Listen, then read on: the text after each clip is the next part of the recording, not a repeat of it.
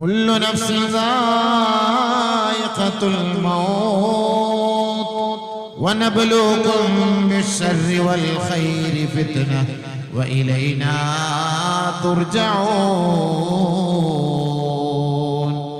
ഓരോ ആത്മാവ് മരണത്തെ രുചിക്കുക തന്നെ ചെയ്യും.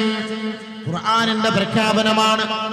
ഓരോ ആത്മാവ് മരണത്തെ രുചിക്കുക തന്നെ ചെയ്യും. അതിനു മുമ്പായി അല്ലാഹു ഭൗതികമായ ലോകത്ത് നന്മകളും തിന്മകളും നൽകി അല്ലാഹു നമ്മെ പരീക്ഷിക്കും. എന്തിന്? വൈലൈനാ തുർജഊൻ. നമ്മിലേക്കാണ് അവരുടെ മടക്കം.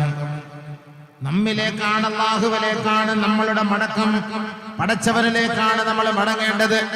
അതുകൊണ്ട് ഭൗതികമായ, നൈമിഷികമായ, ക്ഷണികമായ ലോകത്ത് കുറഞ്ഞ കാലയളവ് ജീവിതത്തിൽ അല്ലാഹു റബ്ബുൽ ഇസ്സത്ത് ഒരുപാട് പരീക്ഷണങ്ങളും ഒരുപാട് അനുഗ്രഹങ്ങളും നൽകി നമ്മെ ഈ ദുനിയാവിൽ അല്ലാഹു ജീവിപ്പിക്കുകയാണ്.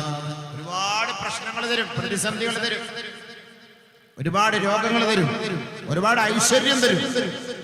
ഇതിൽ നിന്നെല്ലാം മനസ്സിലാക്കി നാളത്തെ യാത്രയ്ക്ക് വേണ്ടി ഒരു തയ്യാറെടുപ്പുകൾ നടത്തണം. അതിനാണ് പരിശുദ്ധമായ ഖുർആൻ അല്ലാഹു റബ്ബുൽ ഇസ്സത്ത് പറയുകയാണ്, തബാറകല്ലദീ ബിയദിഹിൽ മുൽക് വഹുവ അലാ കുല്ലി ഷൈഇൻ ഖദീർ അല്ലദീ ഖലഖൽ മൗത വൽ ഹയാ അല്ലദീ ഖലഖൽ മൗത വൽ ഹയാ ലിയബ്ലുവകും അയ്യുകും അഹ്സനു അമലാ. മരണത്തെയും ജീവിതത്തെയും ഒരു പരീക്ഷണ വസ്തുവാക്കിയവർ അവനാണ്. അല്ലാഹു റബ്ബുൽ ഇസ്സത്ത് ഇവിടെ പറഞ്ഞത് അല്ലദീ ഖലഖൽ മൗത വൽ ഹയാത. അല്ലാഹു തആല ഉപയോഗിച്ച വാക്ക് അങ്ങനെയാണ്. ആദ്യം ഖലഖൽ മൗത, മരണം എന്നാണ് ആദ്യം അല്ലാഹു തആല ഉപയോഗിച്ചത്. രണ്ടാമതാണ് ഹയാത്ത എന്ന വാക്ക് ഉപയോഗിച്ചത്. അല്ലദീ ഖലഖൽ മൗത വൽ ഹയാത, മരണവും ജീവിതവും സൃഷ്ടിച്ചവനാണ് അല്ലാഹു. ലിയബ്ലുവകും, എന്തിനാണത്?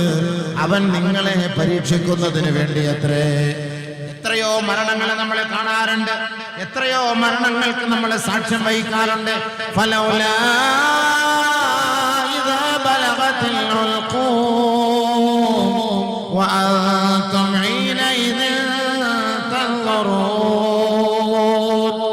തൊണ്ടക്കുഴിയിൽ ആത്മാവ് എത്തി നിൽക്കുന്ന സമയമാണ്.